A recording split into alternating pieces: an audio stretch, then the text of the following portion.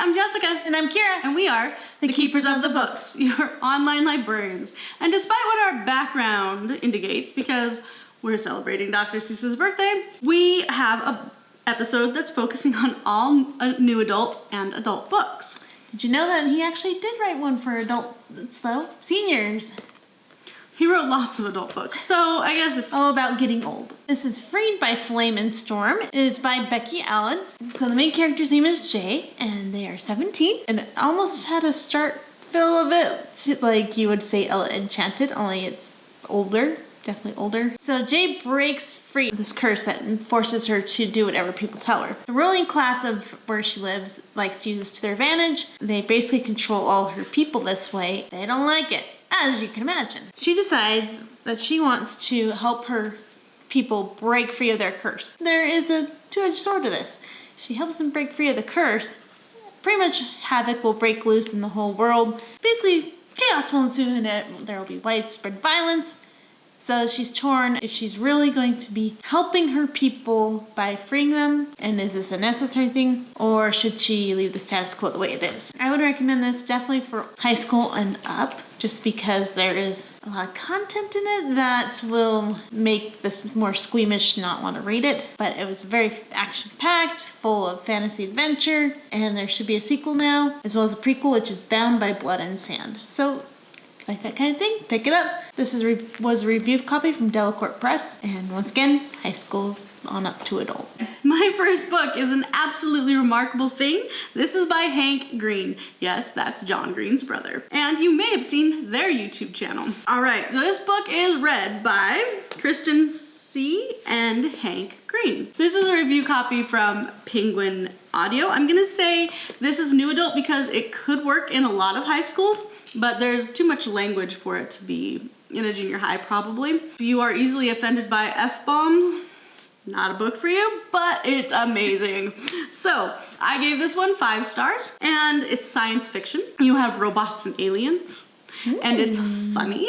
The audio is about 9.5 hours. This is about April May. Yes, that's her name, April May. She is a bisexual 23-year-old with plenty of college debt, and her roommate, who is now her girlfriend, is with her. There's these strange large robot statues that just all of a sudden appear, like in the middle of that is so Doctor Who.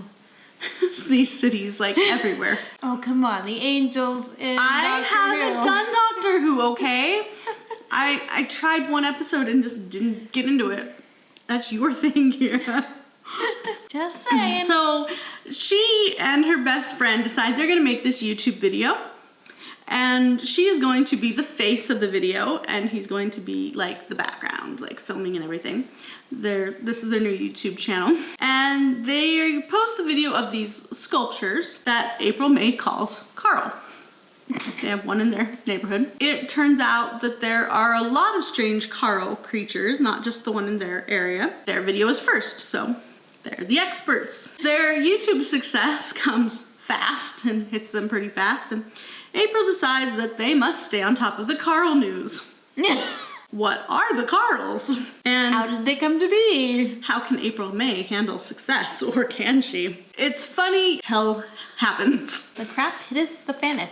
Everything falls apart. Anyways, I loved this book, and the narration was great. It really pulled you in. The two narrators, Hank Green is hilarious, and so him as a narrator works very well.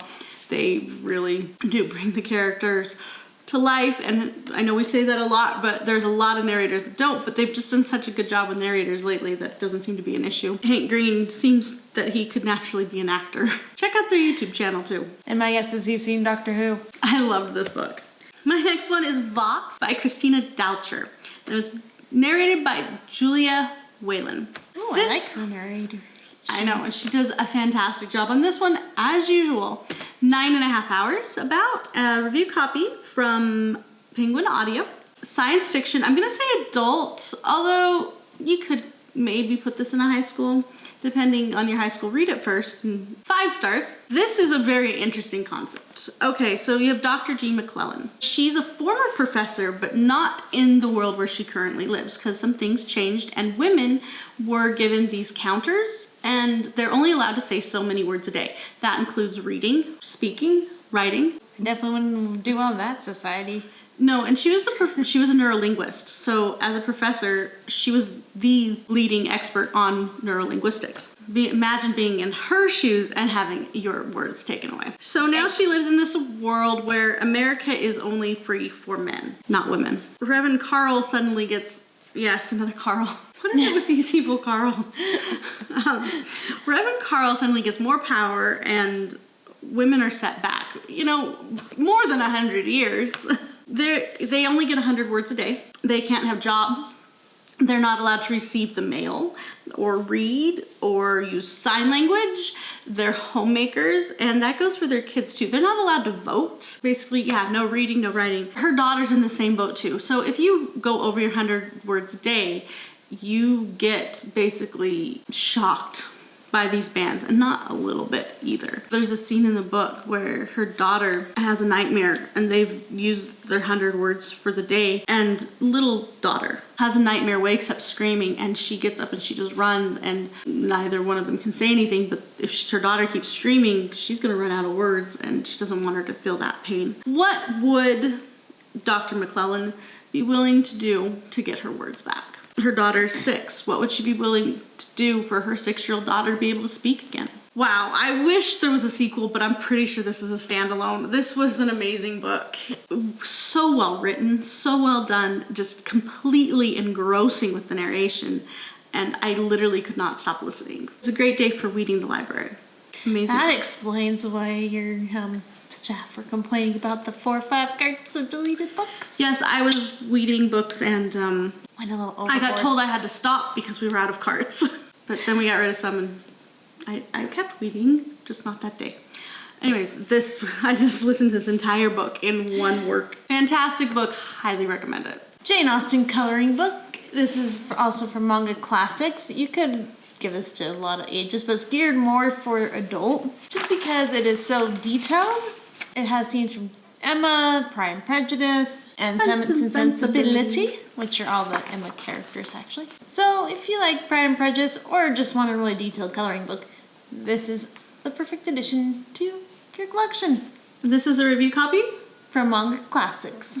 This is Cotton Time by Julie McElwain. Anyways, this is Cotton Time. This is the Kendra Donovan mysteries, and this is number 3. So I actually did want to go back and look at the first 2 because I wanted to see what age group I could put the series in. This one's clean pretty much, but it is an adult book. I'm gonna say new adult probably, or adult, either one would work. For this one, I put ages 13 and up or grades 8 and up, but again, the first couple books in the series, you can't necessarily go that young. This is a murder mystery, historical fiction, time travel, a review book from Pegasus Books. If I could give a book more than 5 stars, I would. 1815, you have FBI agent Kendra Donovan, who is still stuck back in time in the Industrial Revolution. 1815, she has to have a guardian.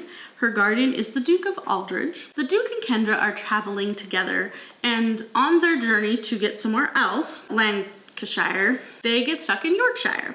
Basically, as they get to Yorkshire, they are stopped by a band of Luddites, and they must take shelter in a nearby village. So they go to warn the local mill about the Luddites, and they stumble upon the manager of the mill, who has been murdered. And the police are like, oh, the Luddites did it.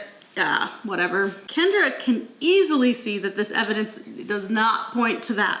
Someone else has killed the manager of the mill, not the Luddites. It's 1815, so they want to say stupid girl, but she is very insistent that she is not stupid, and so is her guardian. And her and her friends are going to see that the proper person is punished. Fantastic book, engaging, very engrossing. I loved this. So you do have kind of that Regency romance kind of feel going on in this series. Great books. Recommend that you read them all. So good. So La Viuda Negra, or Black Widow by Daniel Silva. Daniel Silva, this is the translation, obviously, of the original. Gabriel Allen is an Israeli secret agent. After Paris gets bombed, basically all these people are dead. Gabriel is sent, and he discovers that codenamed Saladin is this terrorist who's behind these attacks, and he has more attacks planned. You said La Vida Negra, it's Viuda. Viuda. And he's using an encrypted software that Gabriel has to find a way to break before the next attack. There is this person Gabriel knows named Hannah, who they're inserting into this terrorist group, and to try and get the information they need to bring down Saladin. Her position in this terrorist group may be compromised. Can they stop Saladin and prevent basically from the whole world from being destroyed? We'll have to find out. So, What language did you read it in? I actually read it in Spanish. So I did compare it a little bit just at the end for the review to tell you that the translation on it is really good.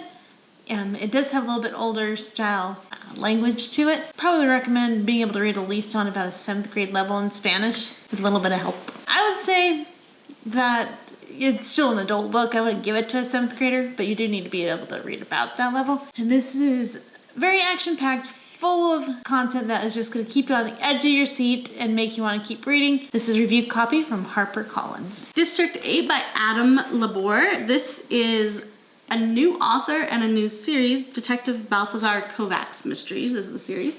And this is book 1. This one should be coming out in paperback in a few months, but you can get your hands on the hardcover now. A review copy from Pegasus Books. This is a mystery crime type novel. Takes place in Budapest. Again, definitely an adult book. Setting is summer 2015. You have Balthazar Kovacs. He is a detective on Budapest Murder Squad. He is sent a picture of a dead body at a crime scene at the former Communist Party headquarters. He gets there and the body's gone. The only evidence left is a SIM card. They also have this refugee crisis that's going on in Western Europe at the time. There's illegal passports, there's threats, corruption, political issues, historical complexities thrown into there, and it's all tied together really well in this book. What drives the story is actually a series of true events. You have these remnants of communism and Nazism thrown into the mix. Roma culture, not Roman, but Roma. You have Jewish culture thrown in and all of this is this complex backdrop of mistrust, basically. So nobody's getting much done. It's well written, it's very complex. This is gonna be for your fans of like Grisham, geopolitical type novels, so it's not necessarily for everybody. It definitely takes a certain type of reader. Balthazar's gypsy roots basically give him some ability to get into communities that are otherwise inaccessible to the cops. Some interesting access to resources that most detectives wouldn't be able to get to. His roots are also causing him to be mistrusted by his colleagues and the people he works with, making his job difficult from that perspective as well. So it's a good book. Accessory to War by Neil deGrasse Tyson, narrated by Courtney Vance. So in this book, Neil deGrasse Tyson talks about how science and the military work hand in hand together to not only help with war, but to also bring what we as consumers get to see into the history of it, how aerospace was very much developed and how rocket science was all developed as a result of what the government would be interested in for their use in war. If you like Neil deGrasse Tyson, you'll like this book. Very intriguing, interesting science, doesn't go too far over the average person's head, and it's still enjoyable. The narrator does take a little bit of getting used to, but otherwise, I would highly recommend it. 3.5 stars. This is a review copy from Random House Audio. The Happiness Project by Pippa James. This one, make sure you put the author in there because you might have a little bit of a hard time finding it. There's a few books with this title. Anyways, this is a review copy from NetGalley. The thing about review copies, just so you know, is we do get them for free because we're librarians. Only thing in response that they want is our honest opinion. There's no financial compensation. We are required to say this by the FCC. Did you know that? Anyways, I just don't think I was the right audience. I think for the audience it's intended, this book is going to be great. This is about Allison Lund, who's 40. She has a couple friends, Frankie and Kate. Frankie's a single mom. She's got a failing relationship. Her life is basically tumbling out of control. So of course she wants control. Then you have Kate, who's pregnant, and she promises that she is going to be more laid back about her pregnancy this time. And she's reuniting with her old friend Nat, who is also pregnant, but Nat is not into being laid back about pregnancy at all. She is very Mother Earth. Then you have Allison. Allison's used to living in this perfect world, but her mother-in-law has passed away. They were really close, and her life is pretty much falling apart because of that. Her life is basically this boring, predictable type thing. Allison, Frankie, and Kate together decide that they're going to have this happiness project.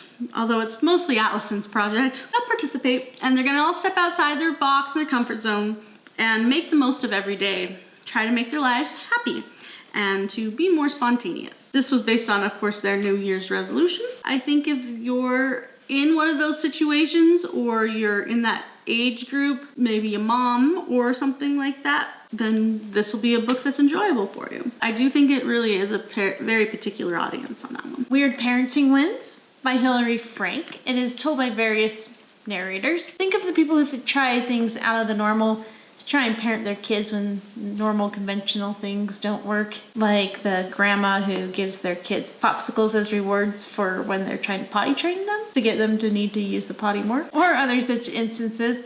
One that I liked in this book that I mentioned was to get her kid to eat beets. The parent told him it would turn their pee pink. How much food dye did she put in there? And other such fun, silly parenting tips that How work. many beets does it take? I don't even want to know. And other things they tend to trick their kids into either going to bed or getting to eat their vegetables or other such things. It wasn't a book I thought I'd like, but we got it for a review copy. And I listened to it and actually cracked up pretty much a lot from all the different parenting wins that people tried. But we work with kids all the time, so yes. We get it. If you're looking for a humorous book that might have some unconventional parenting tips for you, you'll want to pick up this book by Hilary Frank. This is a review copy from Penguin Random House Audio. This is Two Girls Down by Louisa Luna, and this is a review copy from Doubleday. This should be a recent paperback release, actually, and it has some language, violence, and mature themes in it, such as kidnapping of children, so it is an adult book. You have Kylie and Bailey Brandt. They're kidnapped from the mall. First of all, I really, at this point, was yelling at the mother because I think she's a lousy mother, but why you would leave your children alone in the car? Anyway, it doesn't matter. That's not, well, I guess it is applicable to the plot, but it's not the main point. Then you have bounty hunter Alice Vega, and she specializes in missing children and persons, and she's brought into this when the children are kidnapped. Kidnap mysteries. They have too much on their plate, they're overworked, and so they're not that good at the job. And you have a community with the rapidly increasing oxy drug use problem going on. The girls are caught on camera, and what they can see in the video, when they find the last video of them, is they are very happy to run to their kidnapper. Now, the dad's not in the picture, so is he a suspect? Are the neighbors suspects? Who would the girls be wanting to go to and happy to see? Not just happy, they're thrilled to see the person who kidnaps them. What Vega finds will spook even Vega herself to her core. And she has seen it all. I mean, this is her job. This is what she investigates, and she is spooked. The cops are unwilling to cooperate with Vega and the people she's working with, PIs in general. So you've got this fast-paced thriller. It keeps you reading. You don't want to put it down. It's really good. Great book. Terminal Alliance by Jim C. Hines. This is an adult book. It's the most convoluted, complex, crazy plot you'll ever read, but it's really good. It's post-zombie apocalypse turned more apocalypse. So these humans are pulled off of the planet Earth and turned back from zombies into humans as basically labor force for the spaceships in space. And they're not allowed to do much, like they can't be in command and a few other things. And they get into an attack with these other aliens who release a bioweapon that turns everybody but the main characters back into zombies. And the ones that didn't get turned into zombies were killed. So they're on this ship by themselves, trying to keep at bay the zombies that are on this ship while trying to pilot a ship they're not supposed to be able to pilot. This book actually was pretty good. It had some very funny parts. Take on Dr. Seuss was rather hilarious. I know this is very So the background does work. But I was at a funeral, and I read this one paragraph about how they described Dr. Seuss books as all these creatures and things that Dr. Seuss talks about in his books. we've proven there are no way they could have existed. Therefore, it is nonsensical material, basically, is what they said. You memorized the passage from the book? Not quite. Only it was much funnier. So you have the humor in there, and it's set like, I think 1,000-ish years in the future, while dealing with the zombie apocalypse and trying to figure out what's really going on. Should we clarify the fact that you were waiting for the funeral to start? Yes, sorry, I was waiting for the funeral to start. Okay. I was not reading it during a funeral. It was a little late getting started. If you like science fiction that's funny, space opera-like, you'll want to pick this one up. I'm not actually that big of a fan of zombie apocalypse novels, but I loved it. So I would highly recommend it. 5 stars. So that's it for this week. Be sure to like, comment, and subscribe. When you subscribe, hit that bell notification so you actually get the notifications. Now, we have more adult books, but this episode's getting a little long. So we always stick the adult books at the end of our regular episodes, so make sure you either forward to the end or watch to the end. And be sure to like, comment, and subscribe. I think we already said that. And until next time, happy reading. Bye.